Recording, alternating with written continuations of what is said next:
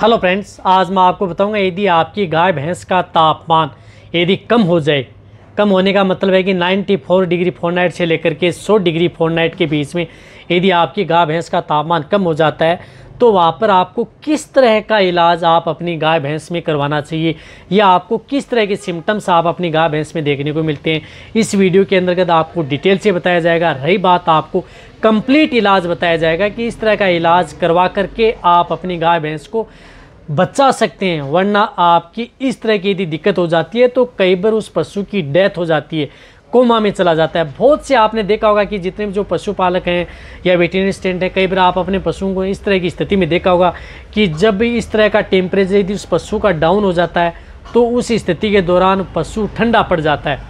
ठंडा पड़ने का मतलब है कि शरीर के जो लास्ट के भाग हैं पशुओं के वो ठंडे हो जाते हैं। रही बात, पुट्ठे कान सब आप पशुओं के ठंडे पड़ जाते हैं। यानी जैसे जैसे टेम्परेचर डाउन हो जाता है उसी के अनुरूप आपके पशुओं का जो बॉडी का टेम्परेचर है वो डाउन होता है और सही बात उसका शरीर वो ठंडा पड़ना स्टार्ट हो जाता है। तो आपको क्या करना चाहिए उसके बारे में डिटेल से बताया जाएगा। वीडियो लंबी होगी, स्किप करके मत देखना, पूरा देखना। जितने भी जो नए आए हैं, पहली बार आप इस चैनल पर जुड़े हैं तो पहले आप इस चैनल को सब्सक्राइब कर सकते हैं, साथ में बेल आइकन और ऑल वाला ऑप्शन दबाएं, क्योंकि इस चैनल पर आपको बहुत ही सही और सटीक जानकारी के साथ वीडियो दी जाती है। बहुत इस तरह के कमेंट्स आ रहे थे कि सर इस तरह के केस आ रहे हैं, पशुओं का टेम्परेचर बहुत डाउन हो रहा है, तो उस स्थिति के दौरान क्या इलाज करें। देखो, सबसे पहले तो मैं आपको बताना चाहता हूँ कि जो टेम्परेचर डाउन क्यों होता है। यदि आपके पशु में टेम्परेचर डाउन होने का कारण है कि आपके जो पशु में ब्लड के अंदर है जो एलिमेंट्स हैं उन तत्वों की कमी हो जाती है, कैल्शियम है, मैग्नीशियम है, फास्फोरस है, इस तरह के जो एलिमेंट्स हैं उनकी यदि अचानक यदि आपके पशु में डाउन हो जाएं तो उस स्थिति के दौरान आपका पशु एकदम टेम्परेचर तोड़ लेता है। जैसे यदि आपका पशु टेम्परेचर तोड़ता है उस स्थिति के दौरान आपका पशु नीचे भी गिर सकता है। आपके पशु में गिरने के पश्चात क्या आ सकता है, पेट में अफारा आ सकता है। देखा होगा कि जैसे टेम्परेचर अफारा आ जाता है कई बार यदि पशु नीचे ज़मीन पड़ा रहता है। तो रही बात जो गर्दन मरोड़कर जो आपने मिल्क फीवर में देखा होगा जी, उस तरह के सिम्टम्स आपके पशु में देखने को मिलते हैं, यानी दूध की बुखार आपने देखी होगी। जैसे जैसे टेम्परेचर डाउन होता जाता है, नीचे होता जाता है, तो आपका पशु कोमा में चला जाता है। कोमा के मतलब है कि आपका पशु की जो सांस लेने की दिक्कत है वह धीरे धीरे सांस लेता, लंबा सांस लेना स्टार्ट कर देता है। उस स्थिति को हम बोलते हैं कि आपका पशु कोमा में चला गया है, यानी बेहोशी हालत में चला जाता है। धीरे धीरे वह पशु क्या हो जाता है कि यदि उसको इलाज नहीं मिले तो उस पशु की डेथ हो जाती है। तो लंबा सांस लेना स्टार्ट कर देता है आपके पशु में। रही बात, ब्लड का सर्कुलेशन है वह एकदम डाउन हो जाता है, यानी बहुत कम मात्रा में आपके पशु में ब्लड का सर्कुलेशन अप डाउन होता रहता है। तब उस स्थिति के दौरान आपके पशु की जो जुगुलर वेन है, यानी जो नसें हैं, यदि आप जहाँ पर आप उसको ड्रिप लगाना चाहते हैं वह आप उसकी ढूंढ नहीं पाते हैं, बहुत मुश्किल से मिलती है। जैसे भैंस है, गाय में तो मिल जाती है, लेकिन भैंस के अंदर जो मोटी चर्बी वाली भैंस है ज़्यादा दिक्कत कर जाती है। नए वेटरनरियन हैं उनको तो मिलना बहुत ही मुश्किल होता है, पुरानों को भी कई बार दिक्कत हो जाती है, लेकिन उन्हें तो नॉलेज होता है, वहाँ पर वो क्लिक करते हैं, उन्हें पता लग जाता है। तो वहाँ पर इस स्थिति हो जाती है उस पशु की।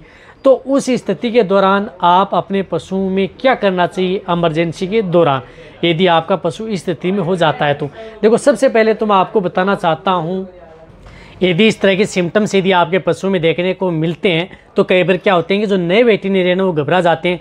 उस स्थिति में क्या लगता है कि जैसे पशु अब मरने वाला है, यदि बहुत ही ज़्यादा टेम्परेचर यदि पशु का डाउन हो जाता है।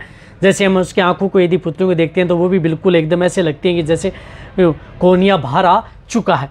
तो उस स्थिति के दौरान बिल्कुल भी घबराना नहीं चाहिए, क्योंकि यदि आप तुरंत यदि उस स्थिति में यदि ट्रीटमेंट करेंगे तो वह पशु बच सकता है। रही बात, उस स्थिति के दौरान सबसे पहले उसका ब्लड का सर्कुलेशन थोड़ा हाई करना चाहिए।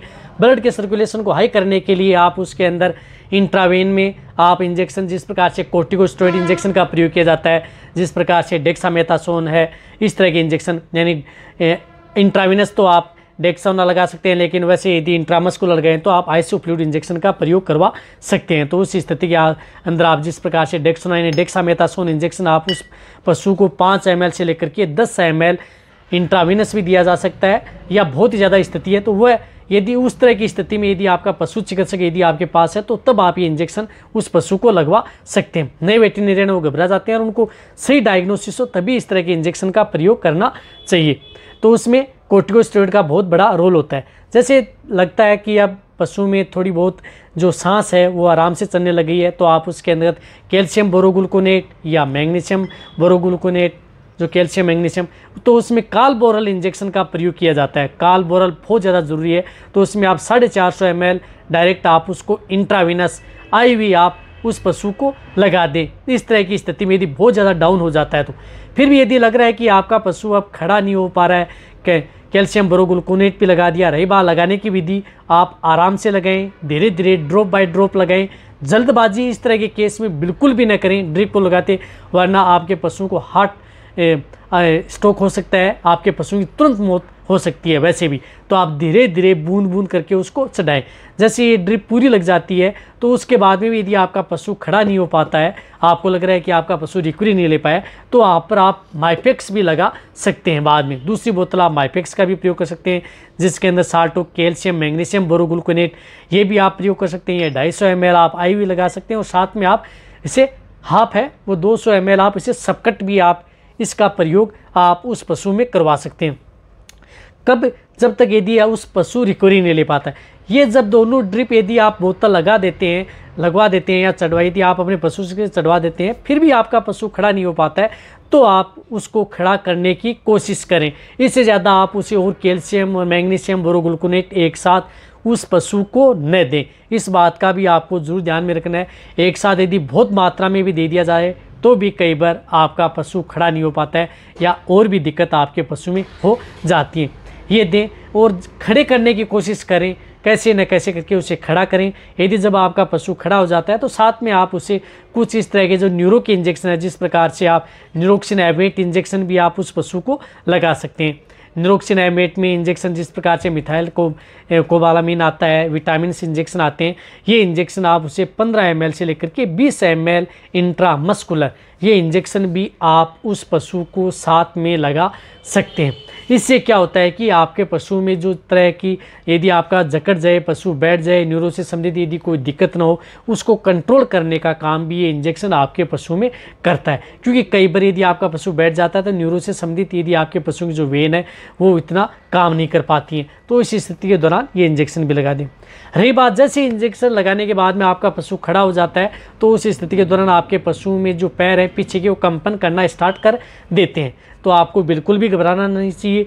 थोड़ी देर तक आपके पशु के जो बॉडी है वो कंपन करेगी, फिर आपका पशु नॉर्मल तरीके से गोबर व पेशाब कर देगा।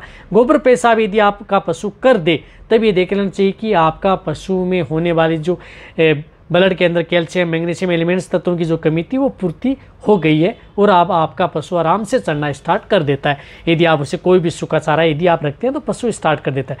रही बात जो टेम्परेचर डाउन होता है, इस तरह के केस में आपको सही और सचेत रूप से आपको प्रयोग करना चाहिए। इससे ज़्यादा आप उस पशु में इस तरह के इंजेक्शनों का प्रयोग इस तरह की बीमारी में नहीं कराया जाता है। रही बात आपका पास यदि कोई जो वेटिनेरियन डॉक्टर है या वेटिनेरियन है, वह आपको सही सलाह के अनुसार डायग्नोसिस करके अलग से भी कुछ तरह का ट्रीटमेंट दे सकता है। ये वीडियो जितना हो सकता है पशुपालक वेटरनरी स्टूडेंट उनके साथ शेयर कर दे। इसी तरह से वीडियो देखते रहें, इसी तरह से आप मेरे को प्यार देते रहें। थैंक्स, धन्यवाद।